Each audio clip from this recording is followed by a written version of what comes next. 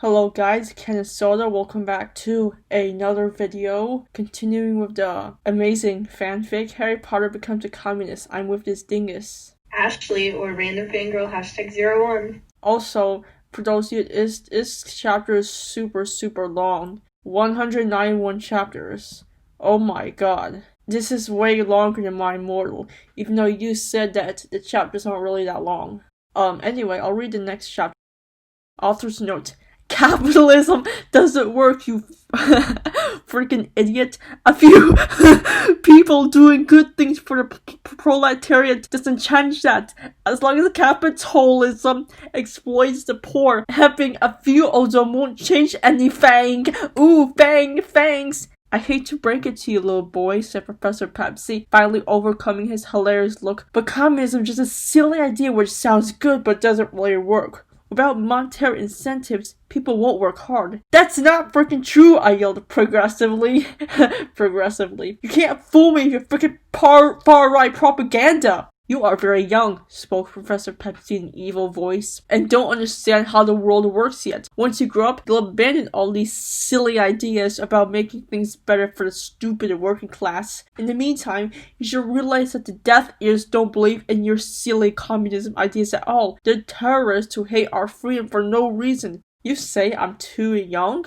I asked gloriously. Maybe it's that my ideas are too young for you. Maybe it's time for the young to stand up to the old. Maybe we want to rise up and create a new world without the warmongering of the older generation. Okay, boomer. Maybe instead of fighting a freaking pointless war, we should be asking ourselves what we did to make the Death Eaters hate us so much. Who's with me? We are, yelled Ron, Seamus, Neville, and Dean as they stepped to join me. Professor Pepsi's mouth was gasping for words. I could tell I had totally blown his old outdated mind and his ancient bourgeois worldview with the new ideas of the working man's revolution of the youth for the proletariat. A few more students stood up.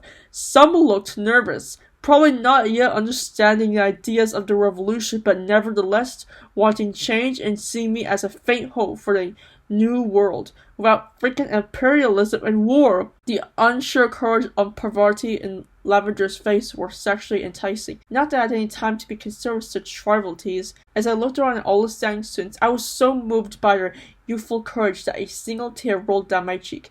Then I turned to front the class, locked eyes with the enemy and bellowed, "Workers of the world, unite!" Wow, that's actually an epic moment, not gonna lie. Oh look, the bourgeoisie strikes back like the Empire strikes back. The bourgeoisie strikes back. Author's note, I've decided to moderate anonymous reviews because they became a haven for spreading false consciousness and imperialistic rhetoric of the extreme right. That evening, we all went to the Great Hall to eat dinner, but before our dinner appeared so we could start eating dinner, Dumbledore started talking. "My students," he said in a smug bourgeoisie voice, "Professor Pepsi has told me what happened in his class today. It has become obvious that communism is a serious threat to the war effort, and we can't have that." I laughed out loud at that fucking war criminal Dumbledore. I could tell he was really scared now that the People's Revolution would undermine his absolute imperialist iron fist power. I took great pride at seeing the fucking fear in his bourgeoisie eyes. As a libertarian, I believe in freedom of speech. Dumbledore lied oppressively. To keep the wrong opinions at bay while preserving our basic rights as much as possible, I have decided to create free speech zones. From now on, students will be able to express their communist views in the dormitories, common rooms, school quarters, the great halls, and the grounds, but may not voice them in the classroom. How dare you oppress us, you fascist piece of shit! I yelled epically, like a coward. Dumbledore ignored my legitimate argument and sat down.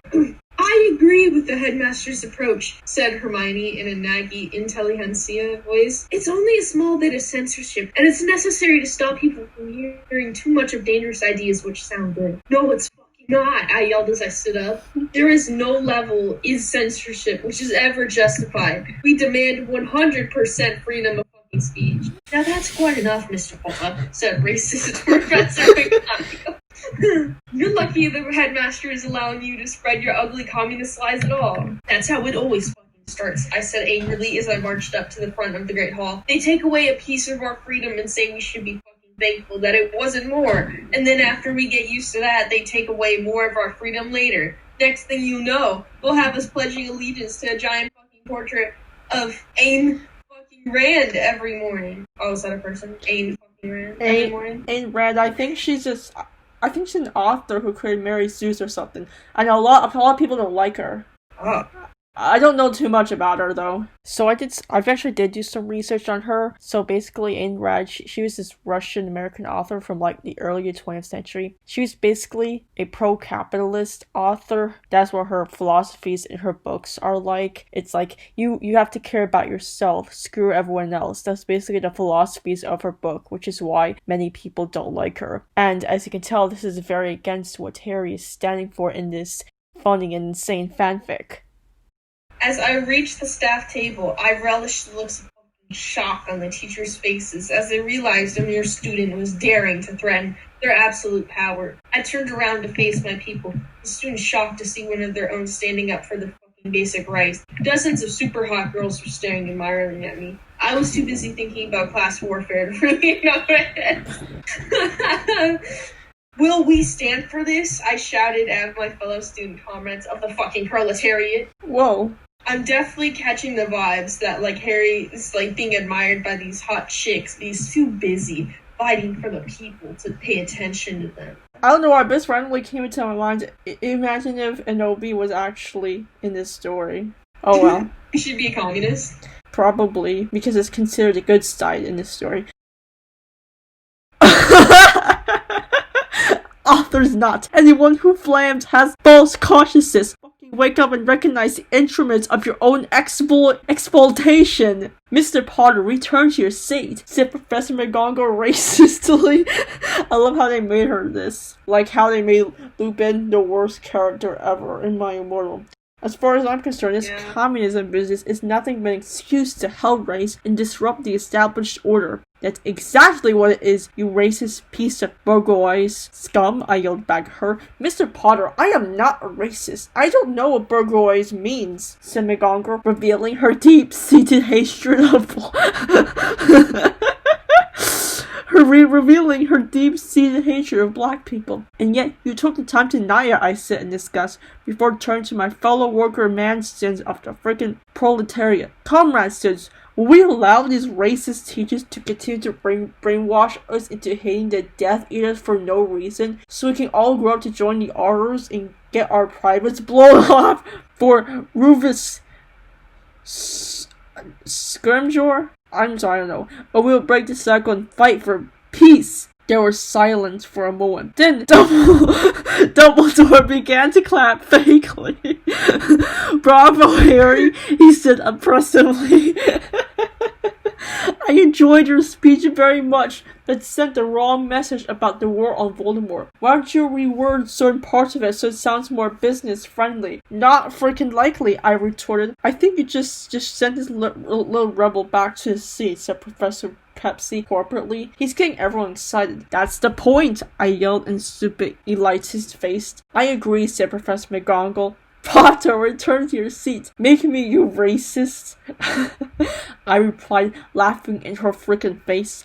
Harry, I am the headmaster, and I order you to return to your seat, said Dumbledore calmly. I'm surprised that he didn't yell. I mean, I guess he's just bad, but he won't yell in this one. I don't think this dumbass understood my reference. Since Dumbledore said calmly, with Dumbledore as calmly, that was what I was trying to refer to, but since Ashley's a dingus, she didn't understand it. Comrades, I declared as I turned back to students, the war criminal Dumbledore has no power without the consent of us, the people. The world power is in our hands. Comrades, we can make Dumbledore impotent by taking away his freaking power. And then I waited for the proletariat to rise at last. He needs to have somebody else who actually knows about the communist ideals. It's always just him fighting people.